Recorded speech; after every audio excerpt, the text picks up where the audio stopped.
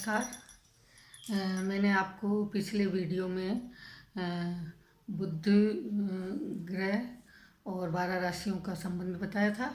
अब मैं आपको 12 राशियों के साथ गुरु ग्रह का जो संबंध है, फलित है, उसके बारे में मैं आपको बताने जा रही हूँ। प्लीज़ आप पूरा वीडियो देखिए और आप बार बार में देखेंगे। यदि समझ में नहीं आया तो एक बार नहीं समझ में आता तो आप दूसरी बार खोलिए, तो एक दो बार खोलने से आपको पूरी बात समझ में आ जाएगी। यदि आपको समझ में नहीं आता है तो आप मुझे कॉल करके पूछ सकते हैं।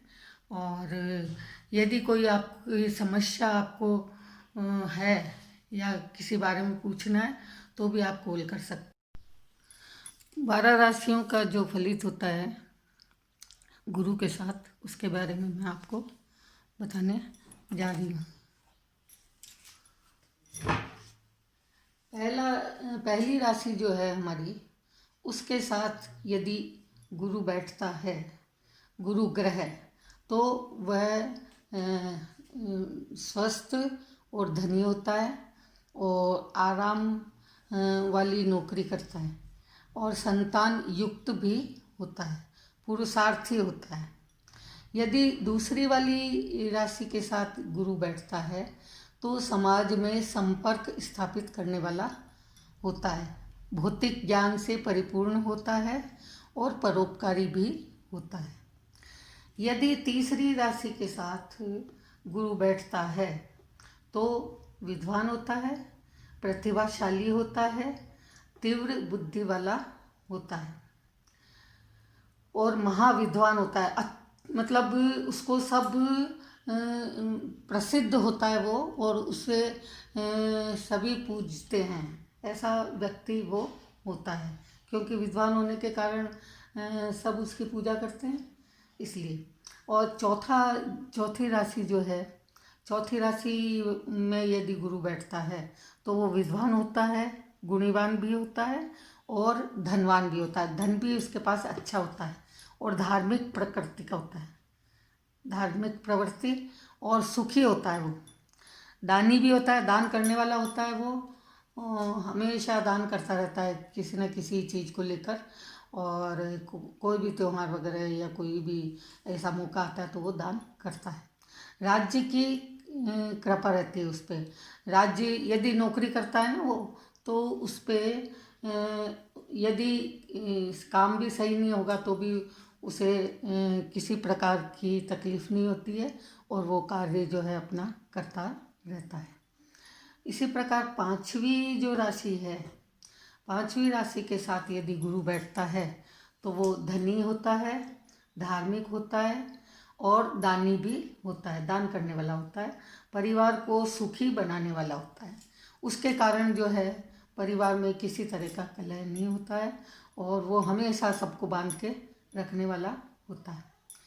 छठी राशि के साथ यदि गुरु बैठता है तो दान प्रिय होता है वो, बहुत अच्छा लगता है उसको दान करना, वो हमेशा दान करता रहता है और दया भी करता है दूसरों के ऊपर, दयालु होता है वो, तीव्र बुद्धि वाला होता है, तेज बुद्धि वाला होता है वो, और सोच समझ के कार्य करने वाला होता है।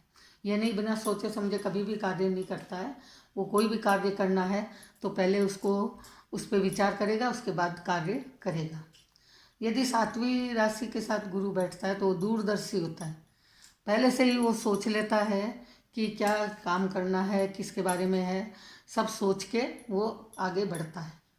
सुलझा हुआ होता है और विचारों वाला होता है, उत्साहपूर्ण होता है, काम करने में बहुत उत्साह रहता है उसको, जल्दी जल्दी काम हो जाए, इस प्रकार उसकी प्रवृत्ति रहती है और अच्छा कार्य भी करता है।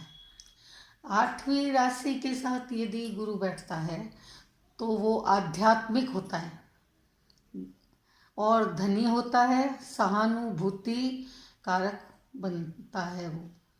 सहानुभूति मतलब उसमें होती है दूसरों के प्रति, और वो हमेशा सहायता करने पे तत्पर रहता है। अब नौवीं जो राशि है, 9 नंबर की राशि है, 9 नंबर की राशि के साथ यदि गुरु बैठता है तो वह खुद की जगह, स्वक्षेत्री, अपने ही एरिया में अपनी ही जगह में रहने वाला होता है। व्यक्ति सुखी होता है और धनी भी होता है, बुद्धिमान भी होता है।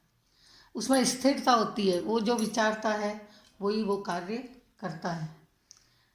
ये 10वीं राशि के साथ यदि गुरु बैठता है तो वो उत्साहपूर्ण होता है, काम में करने की उसमें उत्साह रहती है। अनुचित व्यवहार वाला भी होता है। किसी के साथ हो सकता है कि वो उसको अच्छा नहीं लगे और उसके साथ वो जो है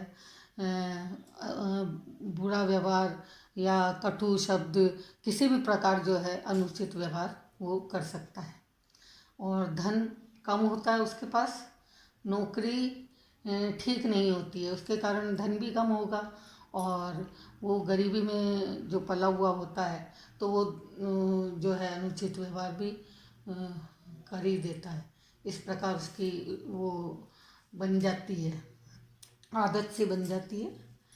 11वीं राशि के साथ यदि धन गुरु बैठता है तो गंभीर होता है, वो समाज सेवी भी होता है, समाज की सेवा करने के लिए तत्पर रहता है, दूसरों की सहायता करने के लिए तत्पर रहता है।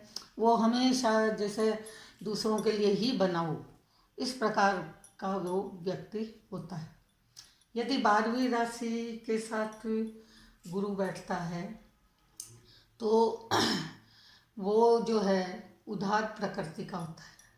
हमेशा कोई भी यदि कोई चीज़ मांगता है तो वो देने के लिए हमेशा तैयार रहता है, हमेशा सहायता करने के लिए, किसी भी प्रकार की सहायता करने के लिए वो तैयार रहता है। चाहे वो यदि सहायता करता है, उसको नुकसान भी हो रहा है तो भी वो उनकी सहायता करता रहता है। क्योंकि जब ज़्यादा ही यदि दूसरों की सहायता करने पे वो लगेगा तो उसे नेचुरल है कि नुकसान होगा। इसलिए इस बात का ध्यान रखना चाहिए कि ज़्यादा उदार दिल भी नहीं होना चाहिए। तो इस प्रकार मैंने ये आपको 12 राशियों के साथ 5वां जो ग्रह है गुरु, उसका फलित मैंने आपको बताया है। और अब मैं आगे जो है शुक्र ग्रह जो है उसका 12 राशियों के साथ फलित क्या होता है उसके बारे में मैं बताऊंगी। अभी आप ये वीडियो देखिए और इसके बारे में आप समझने की कोशिश कीजिए। यदि समझ में नहीं आता है तो आप प्लीज़ आप कॉल कर सकते हैं, और कोई भी कठिनाई यदि आपको आती है तो आप पूछ सकते हैं। यदि आपको पत्री दिखानी है तो भी आप कॉल कर सकते हैं। यदि आपके पास कोई तारीख वगैरह कुछ भी नहीं है तो भी आप जो है मुझे कॉल करके अपना भविष्य पूछ सकते हैं। तो आज इतना ही मैंने आपको 12 राशियों के बारे में और गुरु ग्रह के बारे में बताया। नमस्कार।